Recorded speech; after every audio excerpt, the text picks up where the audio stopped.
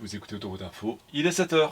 C'est le début du 7-9 d'Autoroute Info avec, on le rappelle, une autoroute coupée, la 43, en direction de Lyon, coupée à la suite d'un accident impliquant 2 véhicules dans le secteur de la Tour du Pin. Depuis 30 ans, elle a le même fonctionnement. L'antenne locale d'Autoroute Info, située entre la 43 et le lac d'Aiguebelette, informe les automobilistes sur le trafic autoroutier de tout l'arc alpin. La rédaction est tenue par 10 journalistes qui traitent 24 heures sur 24, 7 jours sur 7, l'actualité toujours très fluctuante des axes routiers.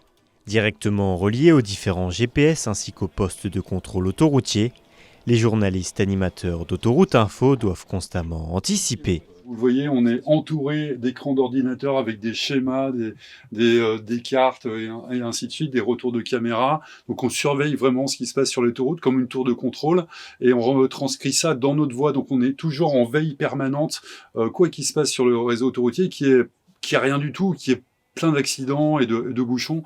On doit être là pour réagir au moment opportun, au moment instantané, et on doit d'abord connaître tout le jargon autoroutier, qui est pas évident, parce qu'eux, ils ont une façon de parler. Si je parle comme les autoroutiers, personne ne comprend, donc je dois vulgariser tout ce qui me parvient comme information, et on a un temps limité. S'il y a un accident qui se produit sur l'autoroute, sitôt que l'accident est saisi, on a moins de 4 minutes pour le donner à l'antenne. Donc il faut être très réactif, et ça en permanence. En période de fort trafic, comme durant les vacances d'hiver ou pendant les heures de pointe, près de 2/3 des conducteurs écouteraient au moins une fois Autoroute Info. Un réflexe ancré dans les habitudes de nombreux automobilistes. C'est vrai qu'il y a aujourd'hui des outils comme Maps, comme Waze qui donnent un temps de parcours, qui vont vous dire quitter l'autoroute.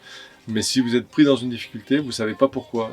Nous, il y a des voix derrière un micro, c'est des êtres humains, et on va expliquer, et surtout on a l'expertise, on a également les responsables des sociétés d'autoroute qui peuvent intervenir sur notre antenne et expliquer pourquoi une coupure va prendre peut-être 2 heures, qu'il faut un camion grue qui va relever le camion qui est renversé, etc. Donc il y a vraiment une plus-value de la radio par rapport à ces outils-là. Si la prochaine fois que vous emprunterez l'autoroute blanche ou la vallée de la Maurienne, vous vous sentez seul, sachez désormais qu'il y aura toujours un animateur radio qui veillera à votre sécurité sur les ondes du 107.7.